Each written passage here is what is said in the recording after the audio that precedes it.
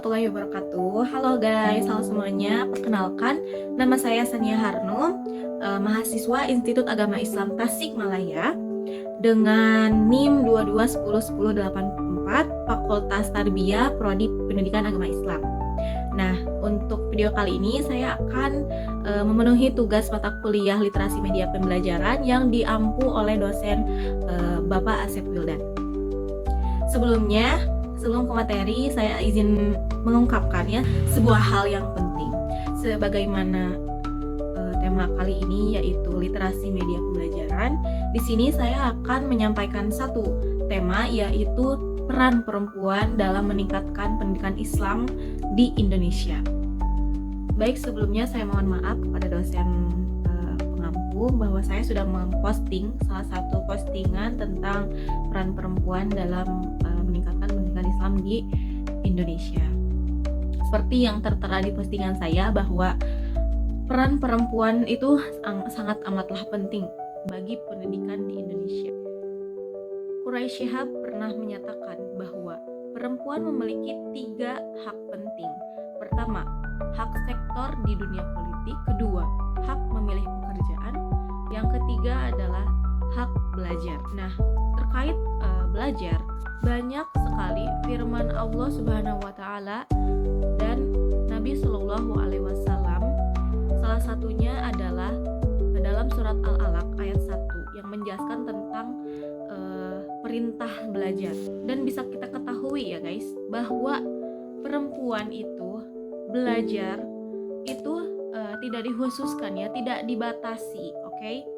Bahkan belajar itu tidak mengenal dia berada di mana, dia memiliki hasta mana, berasal dari mana, dia lelaki atau perempuan. Pendidikan itu tidak mengenal hal tersebut. Belajar itu umum. Belajar itu wajib bagi seluruh umat manusia, ya. Khususnya bagi kita para perempuan ya. Bisa kita ketahui ya, dulu pada zaman dahulu, pada zaman Ibu Kartini ya, Ibu Kartini kita semua, bahwa perempuan itu sangat dipandang rendah. Zaman dulu patriarki itu sangatlah bertebaran di mana-mana. Karena kenapa? Karena perempuan itu dianggap bahwa mereka itu tidak bisa seperti laki-laki. Mereka itu bodoh. Perempuan itu bodoh. Perempuan itu tidak pantas untuk belajar. Perempuan itu patriarki gitu. Jadi cukup saja tinggal di rumah memasak. Padahal tidak seperti itu ya guys. Tidak seperti itu. Bahkan R.A. Kartini menyatakan bahwa perempuan itu wajib berdiri pada kakinya sendiri.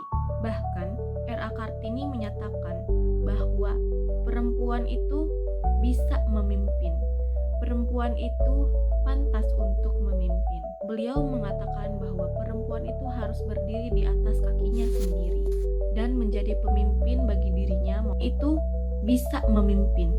Perempuan itu pantas untuk memimpin. Beliau mengatakan bahwa perempuan itu harus berdiri di atas kakinya sendiri dan menjadi pemimpin bagi dirinya maupun orang lain.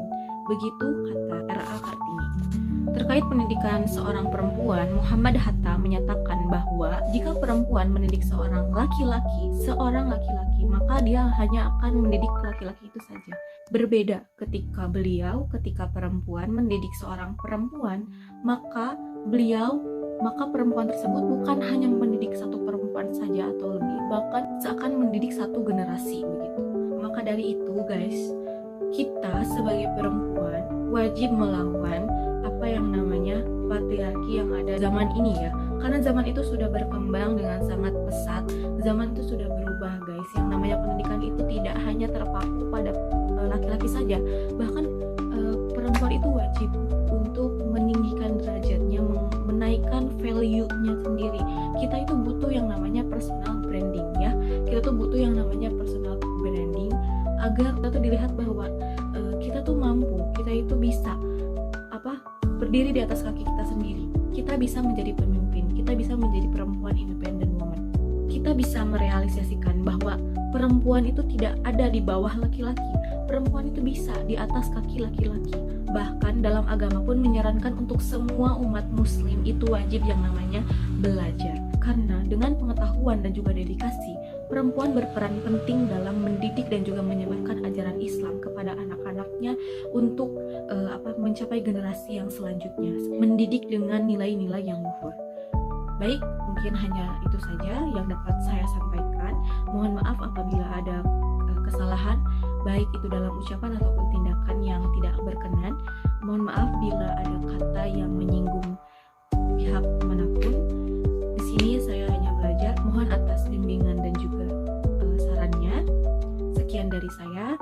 Wassalamualaikum warahmatullahi wabarakatuh.